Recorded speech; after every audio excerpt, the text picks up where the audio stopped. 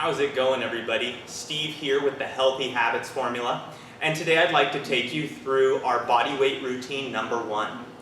Now, when you're selecting a difficulty for this routine, you're going to have 3 different options. Each one of these exercises is going to be done on a minute timer. If you're just starting off or consider yourself a beginner, you're going to do the exercise for 30 seconds and then give yourself 30 seconds recovery. Then you'll move on to the next exercise and do the same, 30 seconds on, 30 seconds off, all the way through. Now, if you find yourself to be intermediate, then you can up it just a little bit, going 40 seconds per exercise and giving yourself a 20-second recovery. If you're advanced or you really want to get that hard workout, you can go 50 seconds per exercise and only 10 seconds recovery before moving on to the next movement. So the first exercise in this body weight routine number 1 is going to be push-ups. So with push-ups, what you're going to want to do is start on the ground. Once you get down onto the ground, bring your thumbs into your armpits and then space them away from your body about 2 inches. From here, you can come up either from the toes, coming up and back down,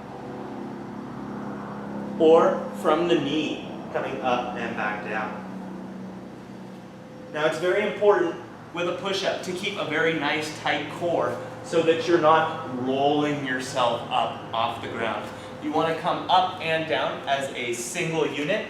So even if you're only able to get a few of these in properly, try and really stick to the technique, because with all these movements, technique is much more important than getting that extra 2 or 3 reps, because it's going to make you stronger and it's going to keep your joints healthier.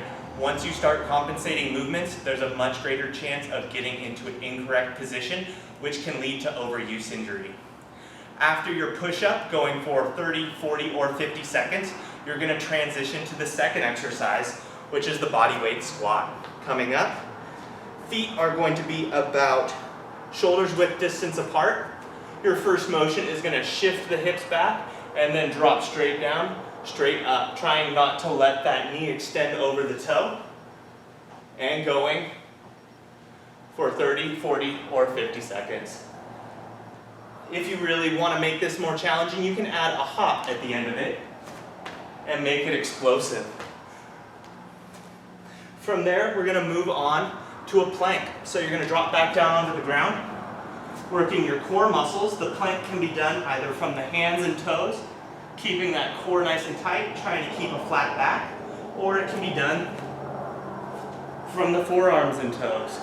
The main difference between these two positions, the hands and toes, will be a little harder on the shoulders. The forearms and toes will put a little more pressure on the core. When you're doing your plank, same thing, going for 30, 40, or 50 seconds. You're going to want to make sure you keep that belly button sucked in and core tight and not let the hips drop. If the hips start to drop your knees, give yourself a break, and then come right back up into your plank. I would much rather you rest than try and fight through a position that could potentially put you in harm's way or cause injury. So never let those hips sag, even if the abs are really giving up. It's much better to just take a break and come back into it as it feels comfortable. Eventually, you'll be able to hold it for the full duration. From there, we're going to go into a marching glute bridge. So working the hamstrings and glutes, coming down onto your back, you're going to bring the hips up and keeping them in this position, extend one leg and alternate back and forth.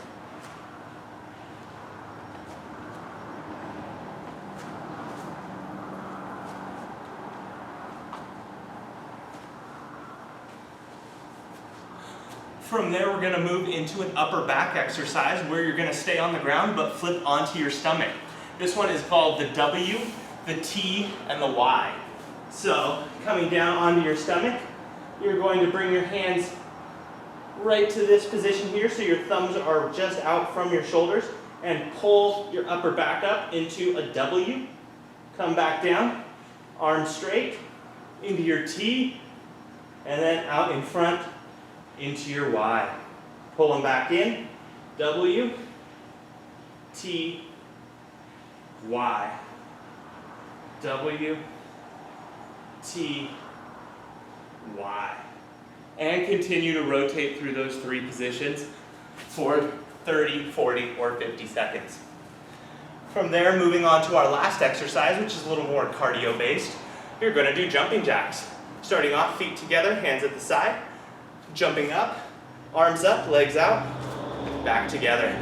And just continuing for 30, 40, or 50 seconds. Once you complete all of the exercises, you're going to then have a choice. Now this is also going to be based on if you're beginning, intermediate, or advanced. So you're either going 30, 40, or 50 seconds per exercise. Once you finish all the exercises, you're going to have a choice between going 1, 2, 3, or even all the way up to 5 total rounds. So finishing through all 6 movements, going back to the top, and repeating that 1, 2, 3, 4, or 5 times.